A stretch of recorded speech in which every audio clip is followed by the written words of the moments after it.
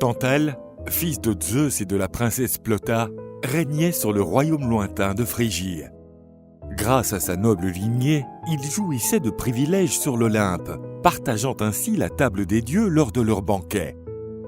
De sa posture privilégiée, il avait accès aux conversations et aux complots des dieux.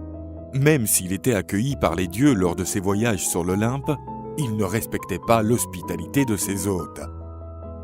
À son retour de l'Olympe, Tantale révélait à chaque fois les secrets qu'il avait entendus lors des banquets.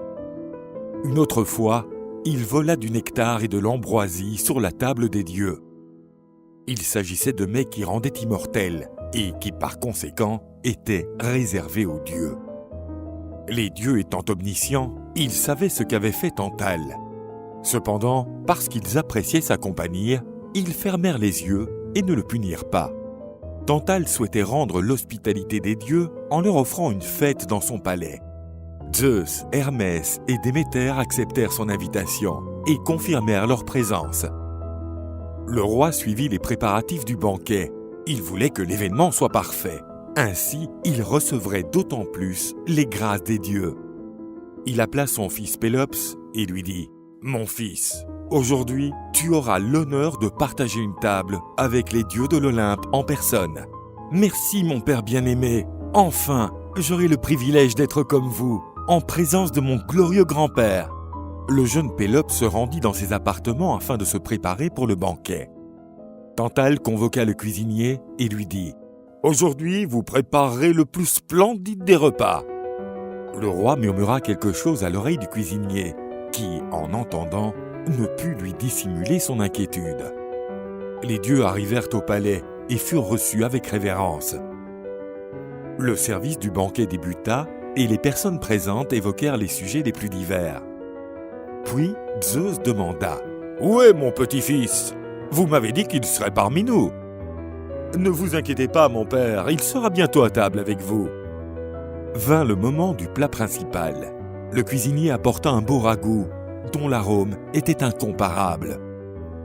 La déesse Déméter, profondément déprimée par le départ de sa fille Perséphone au royaume d'Hadès, décida de dévorer le ragoût pour oublier, un tant soit peu, sa tristesse. Tantale servit du ragoût à Zeus et Hermès. Les deux dieux se regardèrent, le regard méfiant. « N'appréciez-vous pas mon offrande ? Créature dégénérée, comment osez-vous servir de la chair humaine aux dieux ? Ce n'est pas un simple sacrifice humain, mon père. C'est le plus grand des holocaustes. Je t'offre la viande de mon fils premier-né. » Déméter, qui avait déjà mangé un gros morceau de viande, commença à se sentir malade. « Nous avons été complaisants vis-à-vis de vos crimes dans le passé. Mais ce que vous avez fait aujourd'hui mérite d'être puni de manière exemplaire. » Tantale fut alors envoyé au Tartare, où sa punition serait terrible. Il fut placé dans un lac, entouré d'arbres fruitiers. L'eau le recouvrait jusqu'au menton, et les fruits étaient à portée de ses mains. Cependant, Tantale était constamment affligé d'une faim et d'une soif inextinguibles. Lorsqu'il se baissait pour boire l'eau, le niveau du lac diminuait également, l'empêchant de la boire. Quand la faim l'envahissait, il essayait d'atteindre les fruits au-dessus de sa tête, mais le vent mettait hors de portée les branches qui portaient les fruits.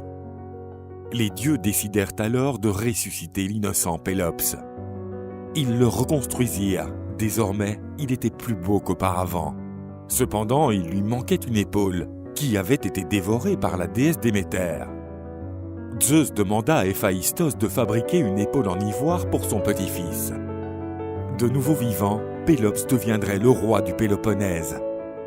Pendant ce temps-là, son père subissait une punition éternelle au Tartare, les objets de son désir tellement proches et pourtant si éloignés.